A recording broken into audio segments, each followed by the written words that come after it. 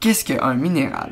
Un minéral, sauf de rares exceptions, est une substance inorganique, formée naturellement ou synthétisée artificiellement, définie par sa composition chimique et l'agencement de ses atomes selon une périodicité et une symétrie précises qui se reflètent dans le groupe d'espace et dans le système cristallin du minéral.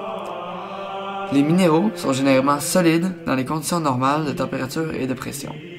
Maintenant, allons-y avec la couleur. Il y a une grande variété de couleurs chez les minéraux, mais c'est là un critère qui est loin d'être absolu. Des spécimens de couleurs différentes peuvent représenter le même minéral, comme le quartz, qui présente plusieurs variétés selon la couleur qui va de l'incolore liquide, au blanc laiteux, au violet, au rouge, au noir fumé, au bleu, etc. Enchaînons avec l'éclat. L'éclat des minéraux, c'est l'aspect qu'offre leur surface lorsqu'elle réfléchit la lumière. On distingue deux grandes catégories. L'éclat métallique, brillant comme celui des métaux, et l'éclat non métallique que l'on décrit par des termes comme vitreux, comme le verre, gras, comme si la surface était enduite d'huile ou de graisse, adamantin, qui réfléchit la lumière comme le diamant, résineux, comme la résine, soyeux, comme la soie, etc. Ensuite, le trait.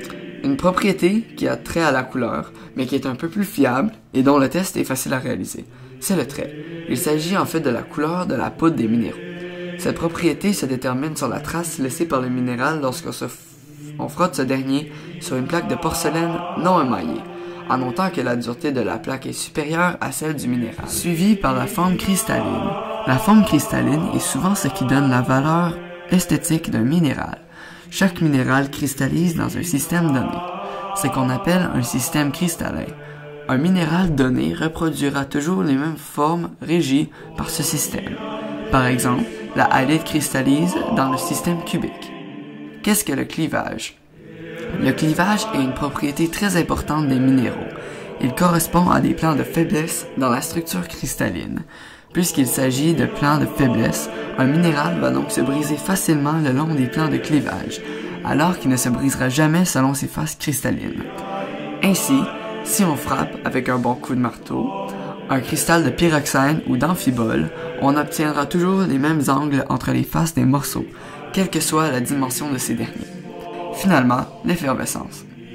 Les minéraux de la classe des carbonates sont décomposés chimiquement par les acides, acide chlorhydrique, muriatique ou acétique. Cette réaction chimique dégage des bulles de gaz carbonique, un phénomène qu'on qualifie d'effervescence, qui est une sorte de bouillonnement.